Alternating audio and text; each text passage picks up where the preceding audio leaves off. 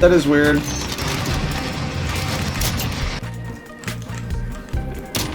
There we go.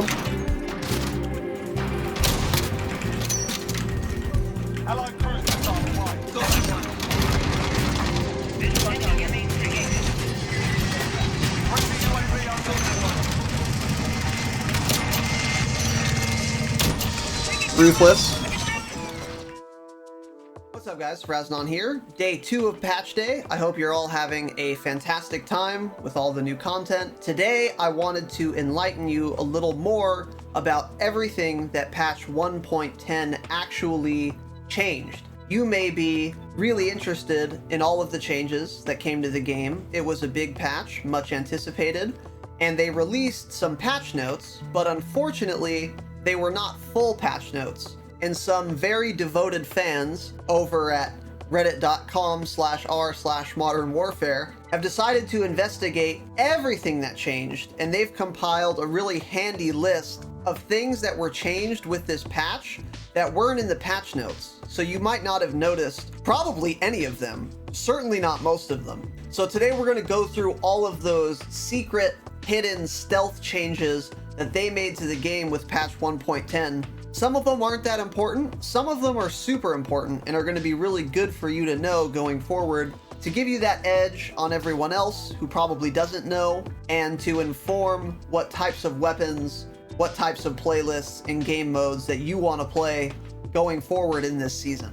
And if you find this video helpful, I do stream on Twitch at twitch.tv/Razanon. It's the same name as my YouTube channel. I'm a small, humble streamer. I'm happy to chat with you, answer questions, talk about these changes, anything COD related. I hope to see you in my next live stream. Links in the description. So I'm gonna go over what I feel like is particularly important in these patch notes. I'm not gonna go through every single change. I will leave a link to this Reddit thread in the description as well, so you can go and look at everything for yourself. But I just wanted to touch on some really big important changes that were leaked in these stealth patch notes. So let's get started. First up, this really sucks. They increased the experience you need to rank up. This one you probably did realize because it's pretty obvious. I mean, it's almost double the amount of XP per level that you need in this season as opposed to season 0, or the season we just had.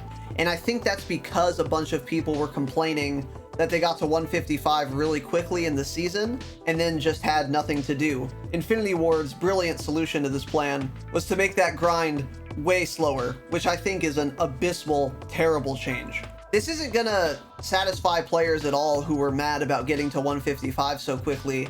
We all know that it's the exact same thing, except now you're just artificially making us take way longer to reach 155. And that's actually going to be even harder this season than it was last season to get all those ribbons done for that animated emblem for season 1, because it's going to take a lot more grinding to unlock all the ribbons before you can even get started toward that 100%er. They also stealth nerfed the fire rate of the FAL, the FAL, the assault rifle. It's a semi-automatic, and before this patch, you could fire it as fast as you could click. Supposedly, it's been decreased. I don't know by how much, and I haven't been able to test it myself yet, but a lot of people on Reddit seem to agree that they did stealth nerf the FAL, so just keep that in mind. They also increased the ground war vehicle spawn rate. They changed the EOD hack duration. Neither of those seem crazy to me. It looks like EOD actually got a faster hack, which I think is a good change. Supposedly, they also nerfed the MG34 LMG, its damage. Again, I can't confirm or deny any of these things, and the Reddit thread actually says the same thing, but some people seem to be noticing that it's doing less damage now, so that's something to keep in mind. Maybe try it out for yourself. New class layouts in Gunfight. This one is awesome because Gunfight is my favorite game mode, but it does get kind of old seeing the same dozen or so classes in every single match. So more variety there means you have to have a broader skill set to do really well across time. So I think that's really cool, and that'll freshen up that game mode a lot. There are apparently some PlayStation exclusive challenges, and hey, you should not be surprised that Infinity Ward did something like this with their PlayStation exclusivity deal, PlayStation being the only ones with access to the survival mode for an entire year, I think you should expect some more PlayStation exclusivity on the sneak, just like this one, going forward for the year, and it's already begun, and it's barely been a month. The VLK optic, which gives you either 3.0 or 3.25 magnification on your weapon. For some guns, it used to speed up your ADS time, and now it no longer does on some of these weapons. For example, if you like to put that on your AX50 so that you can aim in more quickly, keep an eye out for that the next time you try and snipe with that optic, because it might not be as good as you think, and you might not want to use it anymore if it's not actually increasing your ADS time anymore. They also changed the damage bars when you're creating a class for the LMGs, the M91, and the PKM. I don't think this was an actual change to their damage themselves. I think they just changed the bar to represent more accurately what they think the damage is of those weapons. They didn't buff the damage on those two guns. They just made the graphic match up with the actual damage that they do. They added some new trials, which I think is kind of cool. Some of the trials are actually fun, and they give really good XP, so if you're giving us more trials to make those a little more fun, a little less monotonous, that's a good change, so I'm happy to hear that. If you stick someone with a thermite and they have a riot shield, they will die, whether or not they have EOD. Nothing about that was mentioned in the patch, and I think that's a good thing because riot shields are really strong right now, so any kind of counter to them is a good change as far as I'm concerned. So this one is worrisome to me. In Spec Ops, at least, Odin's damage got decreased, and it might have increased recoil as well.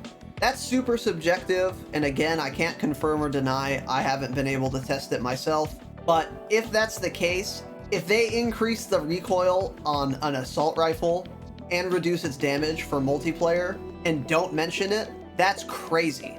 So I'm hoping this isn't the case for multiplayer, but at the same time, I wouldn't be terribly surprised. So if you notice that your Odin's taking longer to kill than it used to, this might be the reason why.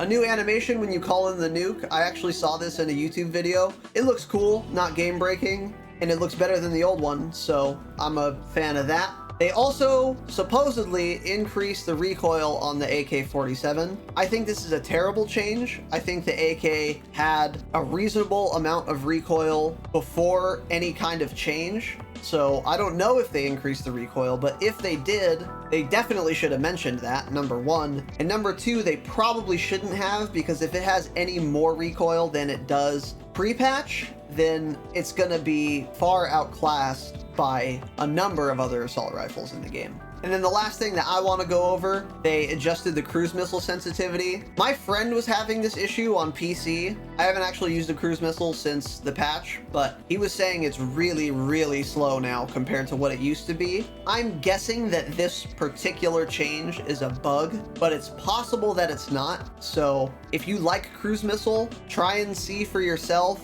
how bad it feels. And if it feels really terrible, I'm guessing it's a bug, and hopefully this will get reversed. So that's all the changes that I wanted to go over. Again, the Reddit post is going to be linked so you can look at all the speculation for yourself and decide what you think makes sense and what doesn't. However, I think it's very clear that there were changes made that were not in the patch notes. I think the likelihood that none of these supposed changes were actually made is virtually zero, and there's a lot of consensus in this thread that a lot of these changes did actually happen. I think it's really crazy and incredibly stupid for Infinity Ward to make more stealth changes than they actually made explicit changes. Let me know what you guys think in the comments if any of these changes comport with your experience after patch 1.10, or if you're reading one of these changes and it really doesn't seem like that change actually happened. For example, AK47 Recoil. If it feels fine to you,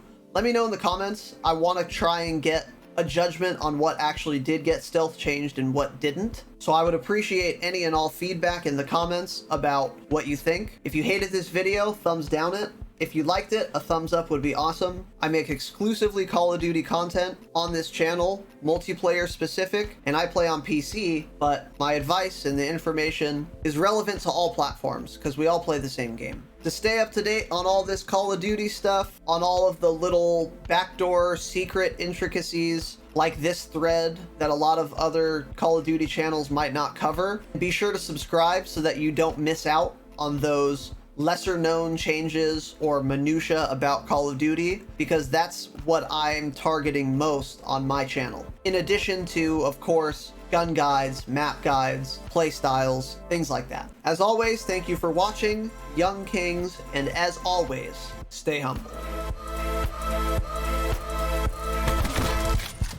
Oops.